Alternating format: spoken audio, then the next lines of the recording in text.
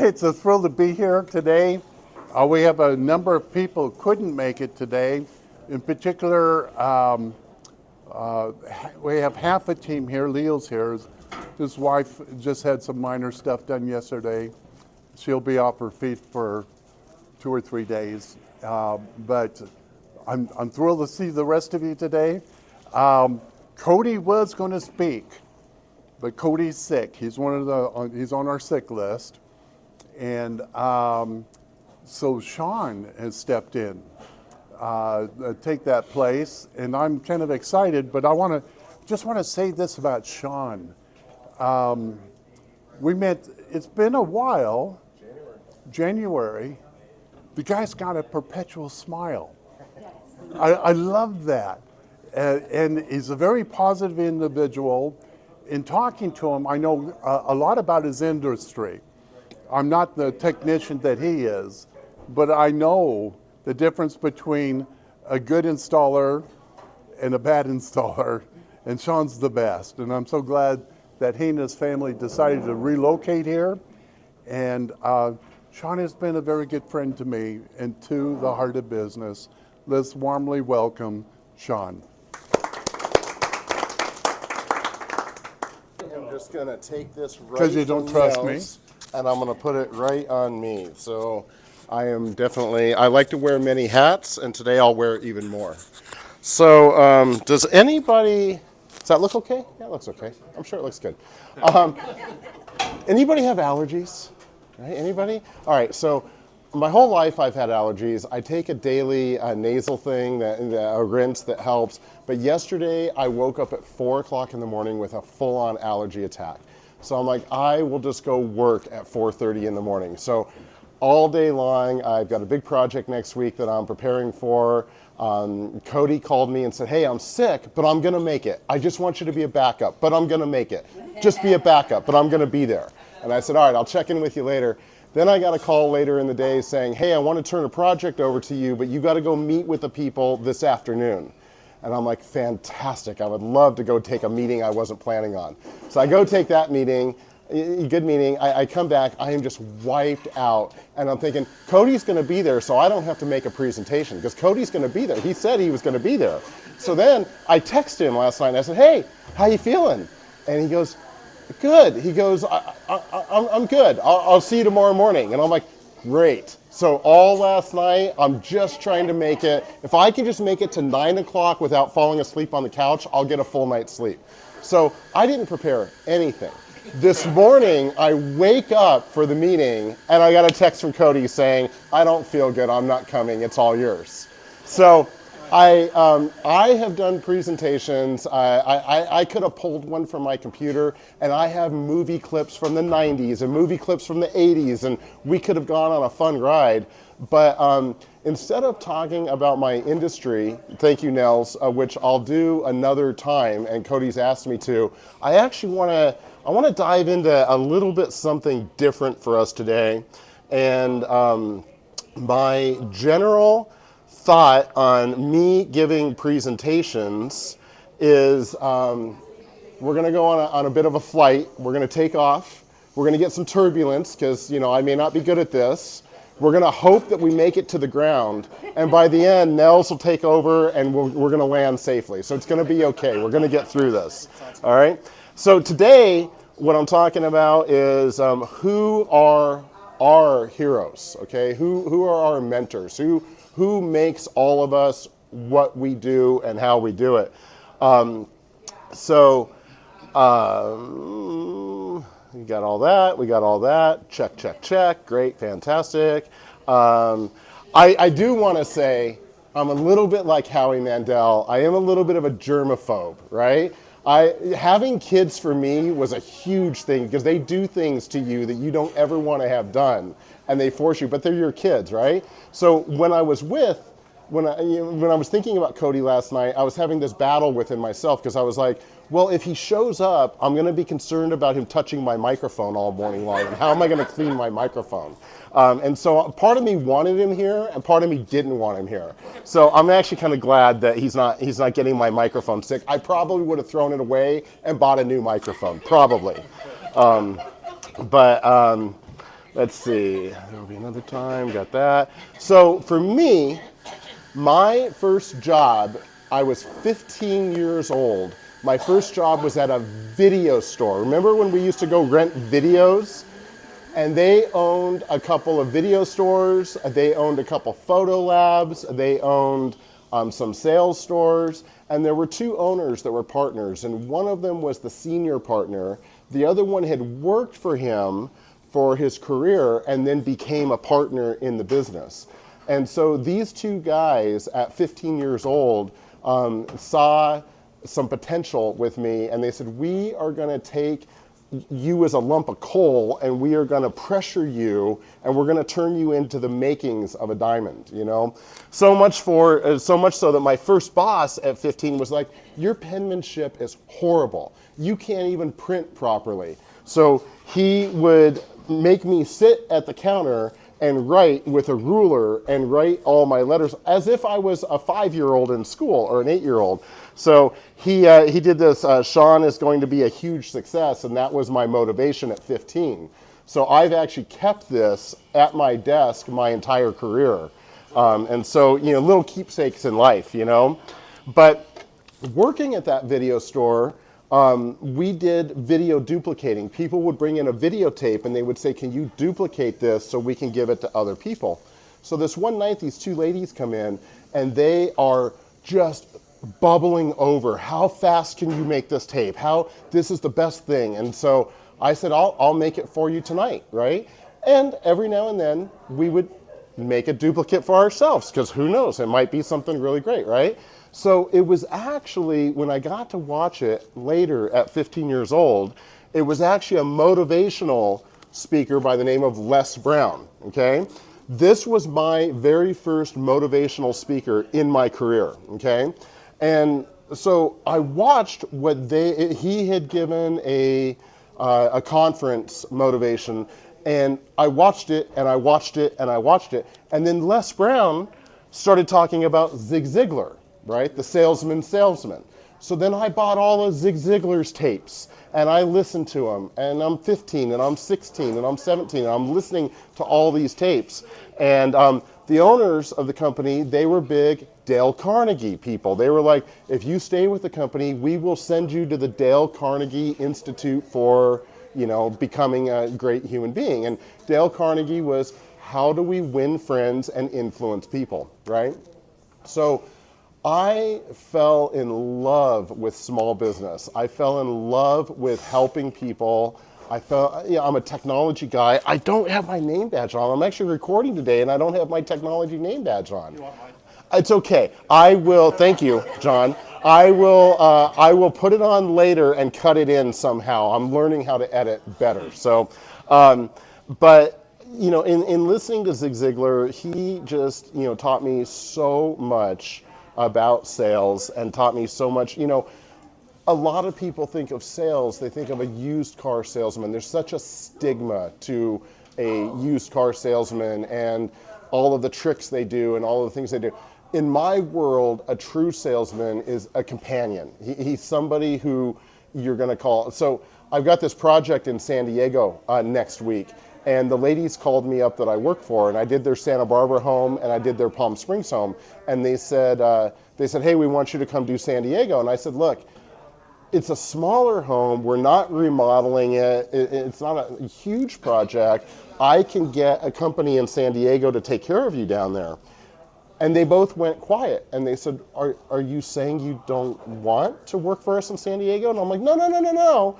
I just don't want you to pay my per diem and my team and pay all of us to be down there. I'm trying to save you money, and I'm trying to save you thousands of dollars. And they said, they paused and they said, but we know you, and we like you, and we know your system, and we know how you work, and we would much rather have you than have the savings of the money. How soon can you fly down and look at the project, right? And so I've spent 30 years building a client list, and it's always been around Zig Ziglar. It's always been around how to take care of people, how to have relationships that I can build and trust, and then they refer me on. And now that's what I'm doing here in Coeur d'Alene. You know, I'm, you know, working for Judy, you know, on a project, and I'm doing the videography for Nels. When I first met Nels at the beginning of the year, he literally, I was at a luncheon and he was using a pocket recorder to capture the event. And I was like, Nels, I just feel like there's something else we can do here. I feel like we can make this. Not everybody can make a luncheon at 12:30 in the afternoon. So I said, how about we start capturing these, putting them on, you know, Dave got us set up on a YouTube channel, you know. We probably would still be archiving footage if Dave hadn't jumped in and said, I will just build a YouTube channel and get this all set up for the group.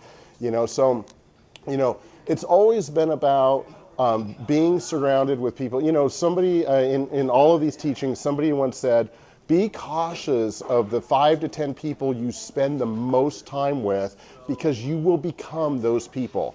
If they're bad, horrible people, that will rub off on you. If they are fantastic, energetic, and fun people, they will rub off on you. And that was one of my things that I loved about the Heart of Business, is every time I've come into a luncheon, a bash, a Thursday with a teaching, aside from me, every time I've come into a teaching, I've walked away with something positive. I've walked away, you know, I like to say I'm building a lot of business friendships here that are actually turning into, you know, one of these days Leo and I will actually bike together. I just actually have to get a bike to do it. But then I think he'll let me come with him, you know.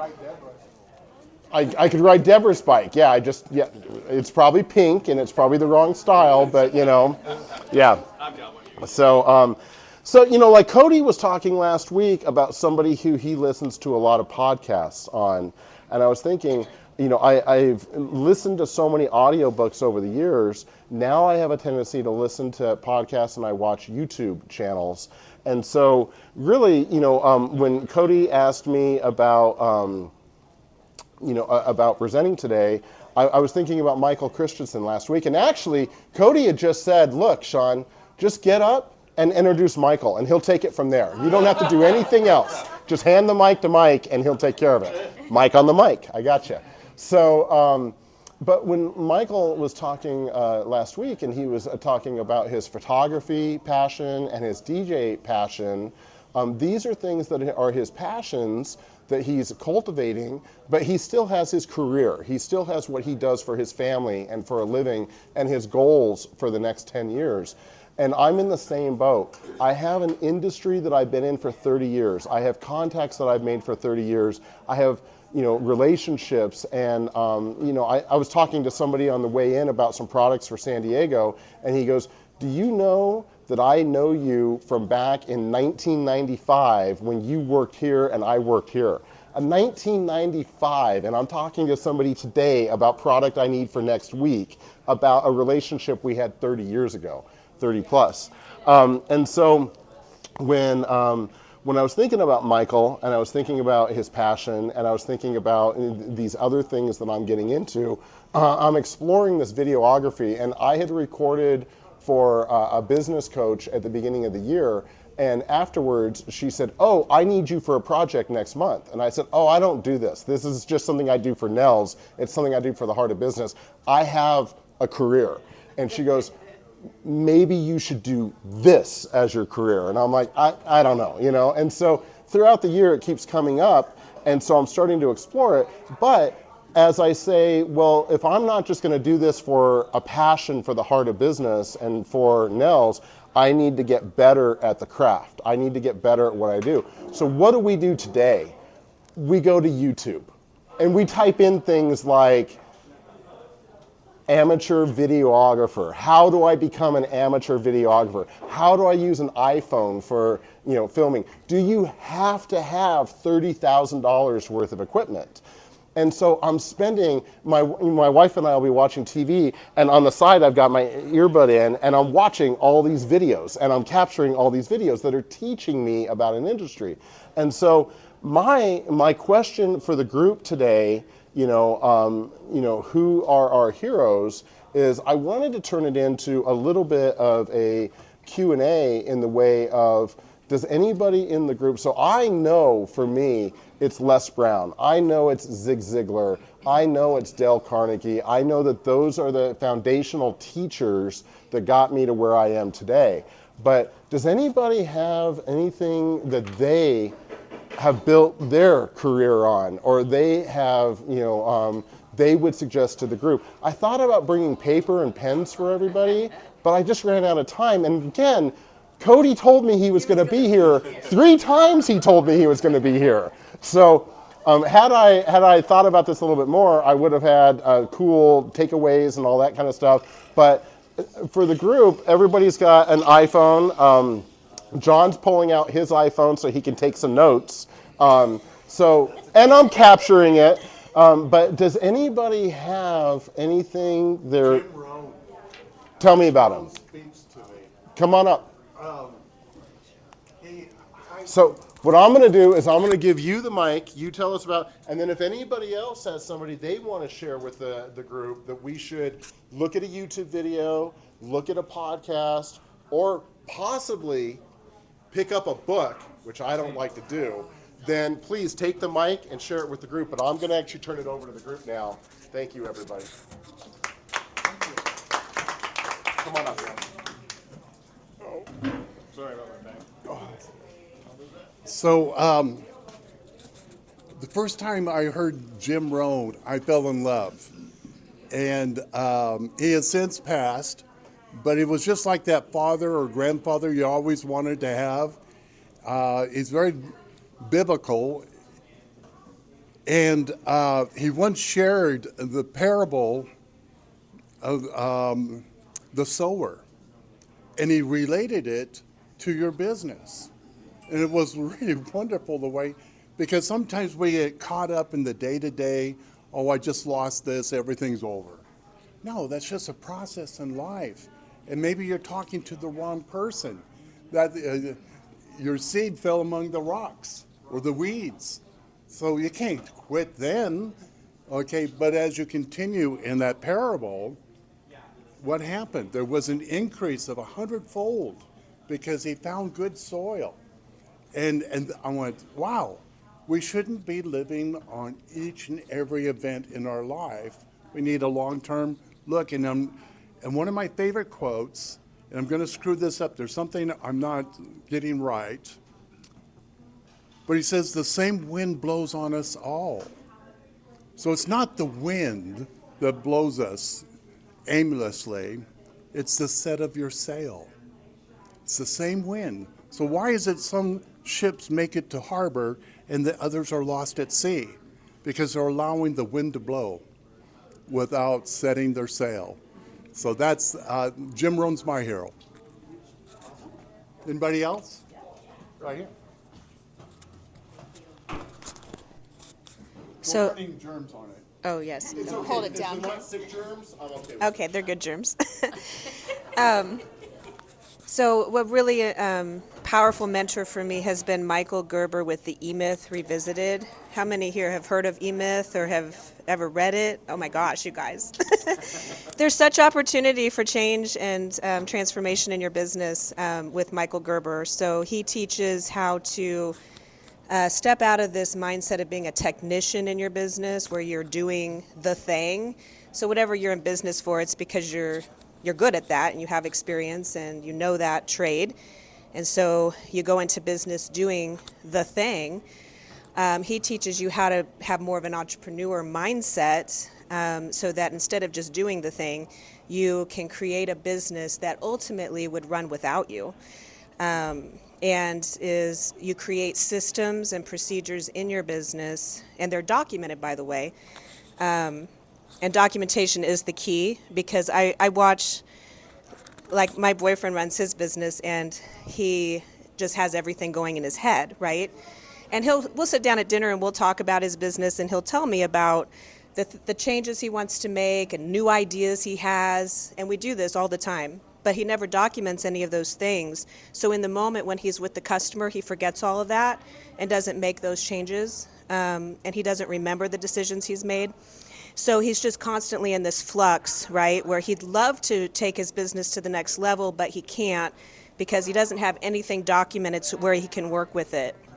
And so like what I do in my business is everything I do is documented, And then I'm committed to following my own system. So if this is the system that I have in place for whatever task I'm doing, then every time I do that, I'm committing to following it. And then when I find that, oh, it could be better, I redocument that and then I recommit to the new procedure. Anyway, this is the way that you can then take all of that knowledge in your head and give it over to someone else, and have other people working in your business and doing just as good a job as you did. So that's Michael Gerber in a nutshell. And who's that again? Michael Gerber, and this is the E-Myth Revisited is the name of the book. And you can do that in an audiobook. One person, great.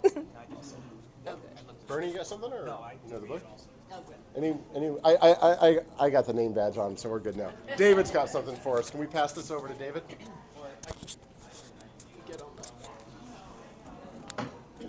The classic, I think, is Think and Grow Rich by Napoleon Hill. What's nice is it's old enough you can just get it for free online, whether you want text or audio, because there's plenty of podcasts where people just read it. But what I like about it is there's sort of like a spiritual component. He talks about, how we are imbued with the creative power of God, and that belief shapes how we move forward in the world. And so it's a lot about kind of, well, what is your actual vision? And I think coming to terms with that is a process, and it's changing, but it's also, a lot of us don't sort of let ourselves feel what it is we truly want to do with our lives. We're too caught up in what the next task is and having our, to-do list. And then it's yeah, but where's this all going? If you don't have an aim for it, and clarity about that aim, you're not going to get there. So I think that's really important. And then and there's a process by which, some people like to write affirmations and repeat them over and over. I think that works but you have to believe it. Sometimes you only say it once. If you truly believe it the first time, you don't need to repeat it over and over. But you do need to be clear on what it is, where you actually want to go, and then you need to believe you can actually get there. And then your to-do list will line up with that, right? Instead of just getting to the next day. So that's one that I really like. Talk about the basis for that book. How many people he was paid to interview? How many people? Oh, I don't remember. 5, yeah. 500 people of his time. 20 years. He was paid to do that, and he wrote we're talking about the Carnegies and all those great people that existed, and he distilled from 500 conversations. Yeah. That book. What's the name of it again? Think and Grow Rich. Yeah, the classic. Yeah, and what I'll do is when I make the video for today, I'll email it out to everybody that was there. Do we have a sign-up sheet going around? We'll go get that. I'll email it out, and then in the email, I'll make some links to some of the recommendations we've gotten, because I think this is really good stuff for all of us. Anybody else have? Perfect. Spent many, many years in the finance industry, but I've somehow gotten in the rut of self-improvement. I've just spent my life studying that. And the guy that is probably the most common for me right now is Joe Dispenza. Have you ever heard of him? He has Breaking the Habit of Being Yourself. He has 3 or 4 books, but he's a chiropractor that broke his spine and his whole story. But you can get him on YouTube. But Jim Rohn was another one, and he's a reinforcer with the belief system that we in our lives or in our businesses hit a certain plateau. And why is it that you can't go past that? So Jim Rohn is the guy that says, spend more time on yourself than you do on your business, always. Never have more time invested in your business than you do yourself, because if you don't, that's that ceiling that you hit. So if you not take yourself past your own ceiling, you're stuck at your own level. I like it. Good fruit. Anybody else got any apples or oranges for us to digest on today? Anybody? Any heroes? Any Lynn? Who's inspired? Yeah? All right. We'll pass that over to Judy. Okay. So for anybody that has employees and has ever struggled to have an employee, the best book you can read is called Discipline Without Punishment. And it's by Dick Grote,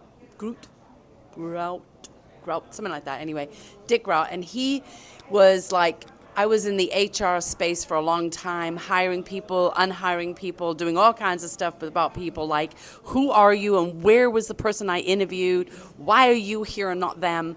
and read that book, and it was transformational in my approach of how to hire and unhire and have people as employees. So great book, because if you've ever had an employee, ever think about having an employee, read that book first, get a plan, because it will absolutely help in the future. Well, you're cultivating a spectacular employee right now. It just shows, right? Well, what can I say? When you have good material to begin with, There you go. Ellie is just amazing. So All right. it's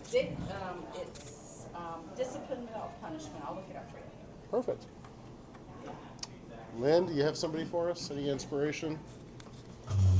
Well, one thing that does come to mind is it's in the Bible, and it's called the Golden Rule. Do unto others as you'd want them to do unto you. It's not worded exactly like that in the Bible, but that's basically what it says. And you find that you build your relationships on how you treat people, and of course how you want them to treat you back. And one other thing that came to mind is, being that I'm a little bit older than a lot of you, I've watched people over the years, whether they were in business or just in personal relationships, and finding things that I like about them and try to incorporate those things in my life. And the things that I don't like, I try to get rid of. So that's basically it. Yep. Bernie?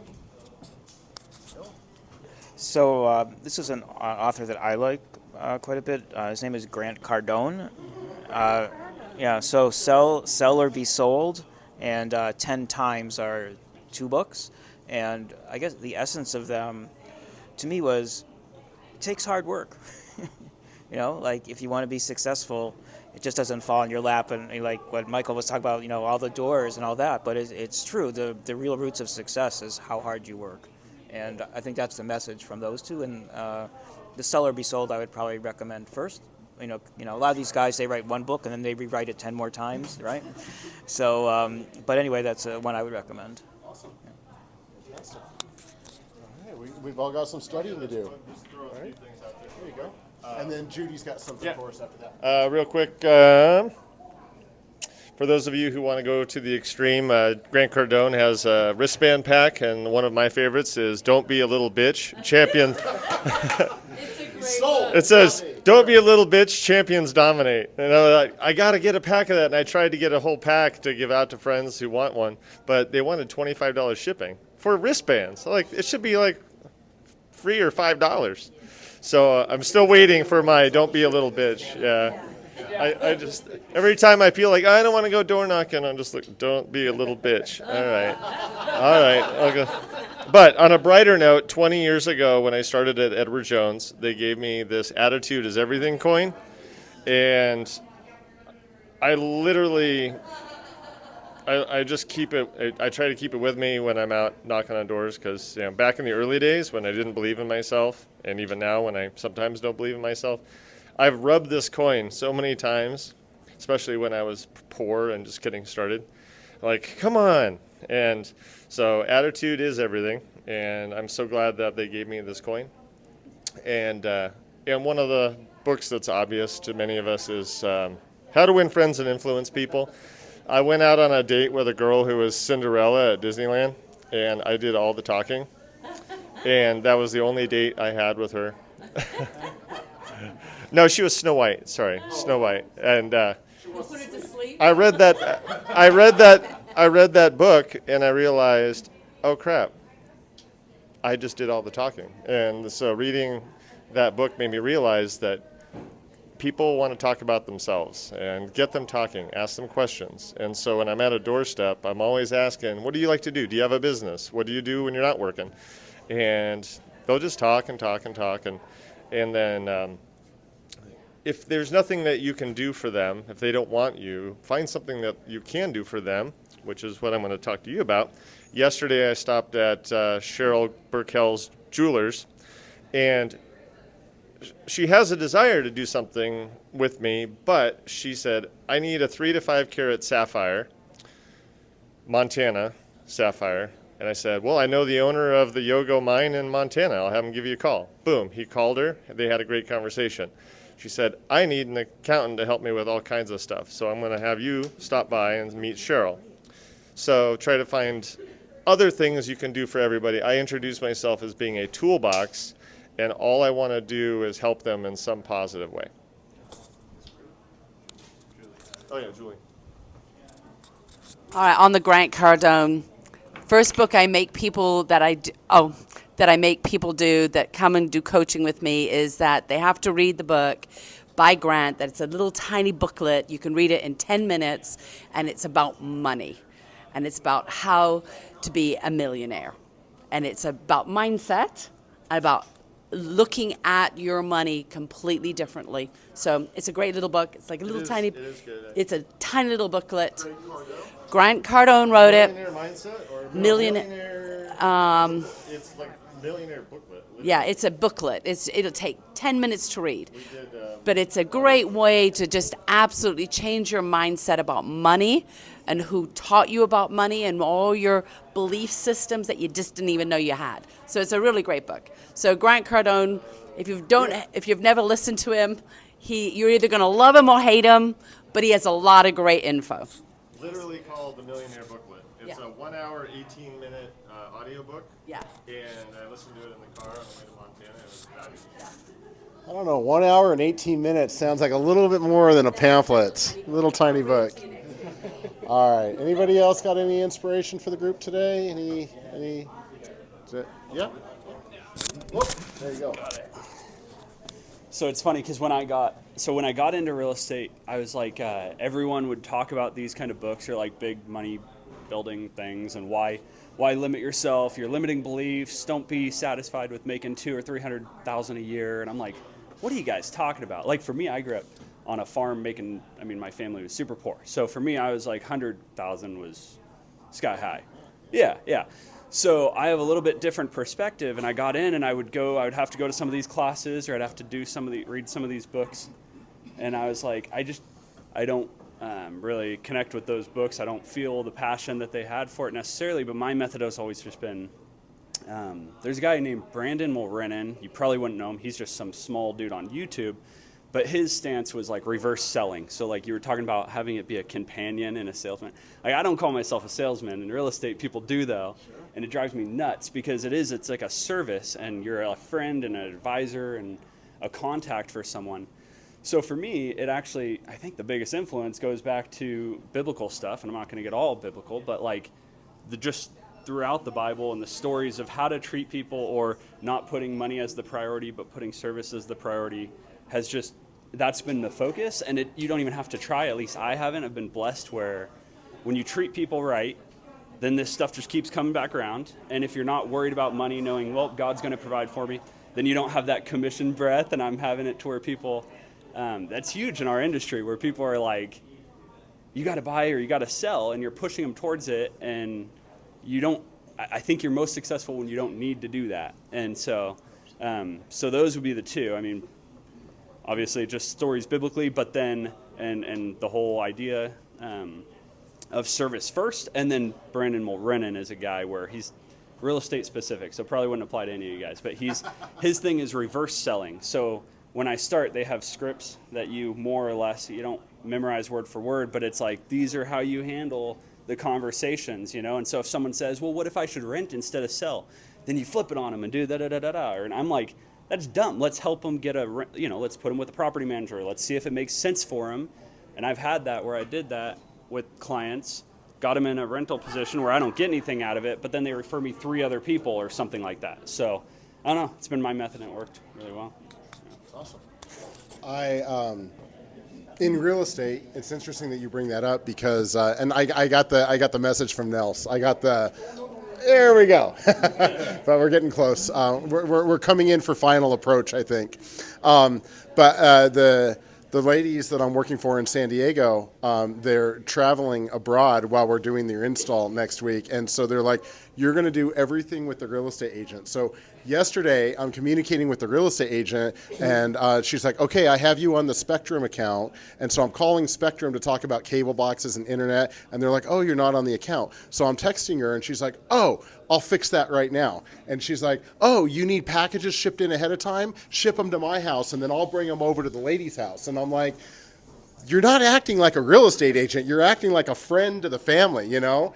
But those are the best real estate agents I've ever worked with, are the ones that are basically becoming a part of the family's lives. I have not done a good job with it in my career, but I think early on, Joe Girard and Zig Ziglar said, get those thank you notes out, get those birthday cards out, get those, hey, it's been a year, get those, become part of the family, if the dog passes away and you see about it, send a sympathy card. I mean, whatever it is, I meant to bring it. And, the one thing I've always pushed back against is, I've literally had the wrong customer tell me the customer's always right.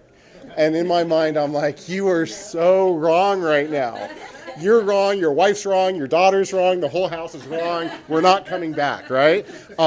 But I do have a picture that sits over my desk, and it's a handshake, and it says, a customer is yours until they become somebody else's, right? And so it's our job in our businesses, and we all,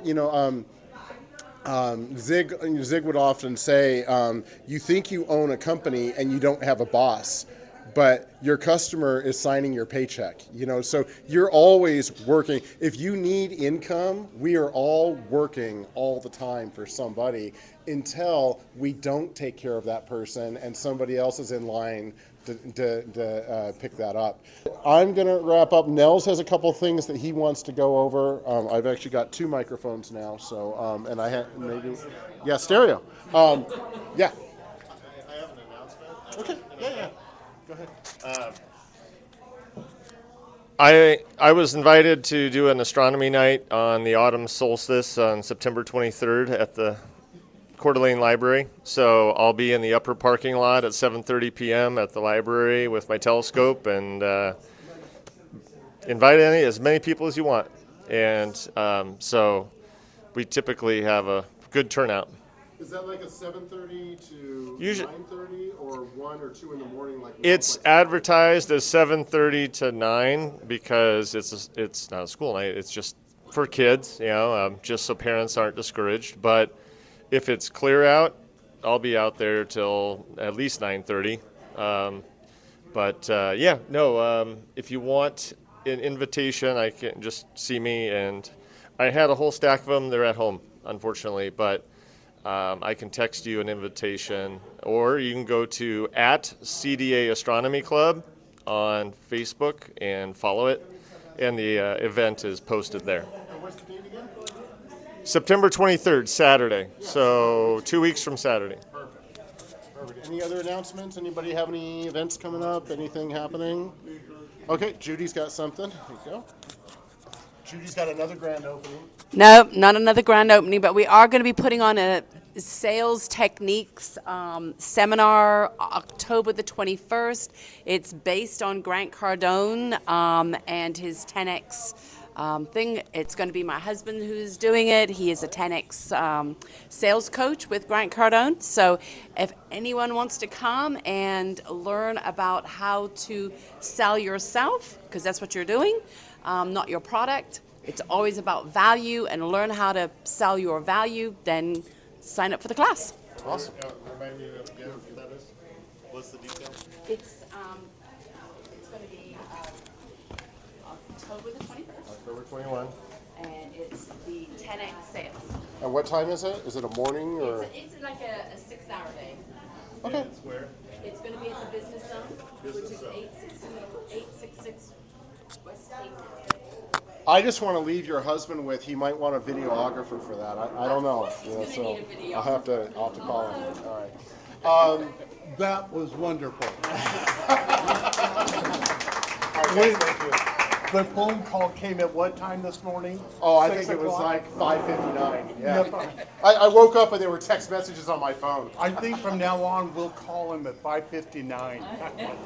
I mean, for on the spot, that was so filled with energy. Thank you. And just excites me. Just a couple thoughts in advance of some announcements. I've worked with people for a long time, training them in sales and this and that. And I find in general, most people, Americans, live their lives sweating bullets.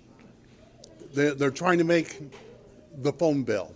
They're trying to make the gas bill. They're trying to do this. And what are those thoughts when we're just concentrating on those small issues? Not the big picture, but the small issues. And what's the thought behind it? If I can just get enough money to pay the bill, everything's okay. It'll all be good. But there's another bill to pay. And there's another bill to pay. So they live their lives sweating from pay to pay to pay. And I can understand that. But when you're in sales, when it's your own business, I think you need to broaden your view. So I have advised them to add up all your bills. What is it that you need for that month? Okay, and then triple that. Triple it. And sweat bullets over that. So let's say that your bills amount to $1,500.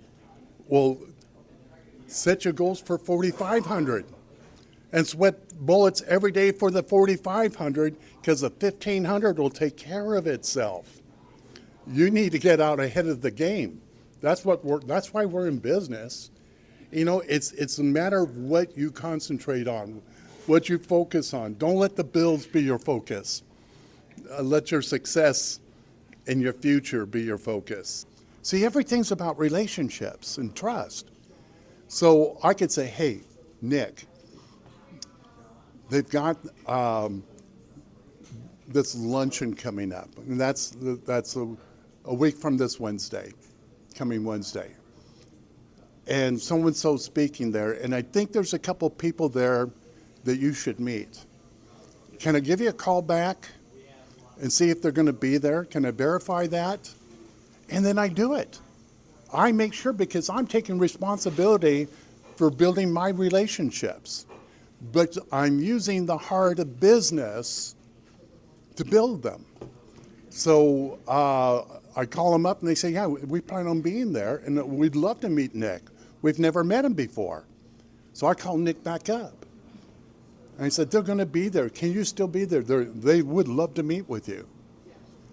And then he says, yeah, I actually put it on my schedule. And that's the start of a relationship. So I introduce them, but I introduce them to the rest of the people that are there. That's my responsibility to do. Now Nick, who's not sure what to make of Nels, most people don't, he says, this is a stand-up guy. He's a straight shooter. It's the basis for building relationships. And Cody, in real estate, my businesses for the last 45 years have been based around real estate. Never been a realtor, had the license, but never been that. But I learned from them. Here's what I learned, and I've shared this before, I'll do it quickly. We all have these economic cycles. In real estate, as the cycle's going up, everyone becomes either a real estate investor or a real estate agent, okay? But when the cycle's going down, everyone's scrambling for jobs, panicked, okay, except for a Coeur. And I'm a curious guy. I always ask questions, some of them inappropriate, but I always ask questions. And I said, how is it that you seem unfazed by it? They said, yes, we don't lose money, we don't make any more money, but we do fine. How is that possible? And it was always because they built a huge network. They're being referred to. So that being said, that's what we do. Guys, I'm just going to add one more thing while Nels is here, and then he's going to add something, and then I'm going to add something, and then he's going to add something, and then we can all have lunch. When I first came to the Heart of Business, one of the first people I met was Michael. And my first instinct is, Michael's going to be able to help me. Michael's going to be able to get my business growing. And the next couple times I met him, my entire mind was, Michael's going to be able to help me. Michael's going to be able to help me, right?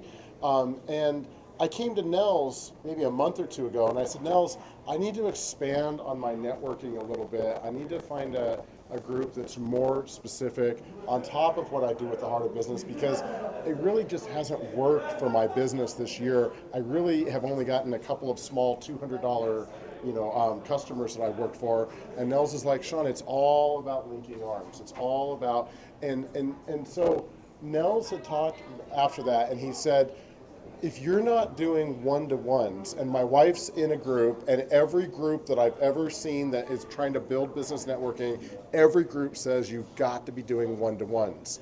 And Nell says, if you're not doing one-to-ones, you're not going to grow your business. And so that week, set up one-to-ones, and it was like over the next couple of weeks I had like 8 or 9 one-to-ones, and something weird happened because I didn't really get referrals from the one-to-ones, but referrals started coming in. It was like this synergy that started happening. And so as Nels is talking about Heart of Business and linking arms and all these things, if we are not doing one-to-ones in the group, and I've had one with Bernie, I've had one with Deborah. If we're not doing one-to-ones, and if you haven't had a one-to-one with me, please let me know if you're interested. It's the way, we make referrals when we make friends. We encourage people to do business with our friends and people we trust. And just meeting somebody at a bash and doing a thing is great, but it's really hard to refer somebody you don't know. You have no idea. And every now and then you get these people that sneak in, that Nels talks about, that they go around everywhere collecting everybody's cards, and they treat it like a bingo kind of system. Like if I just get the one bingo, it'll be good. And that's not what the Heart of Business is about. They're chasing sales. Yeah. They'll never invest in the Heart of Business or any other network group they go to. So I just wanted to piggyback and encourage the one-to-ones. It has made a huge difference for me. Once I took my mind off, hey, Michael's going to build my whole business. This is all his responsibility. This is all on him. Once I took my mind off that and just started getting to know people, I started to relax, and business just started taking care of itself. So let's just keep building these relationships. I can't say any more than that.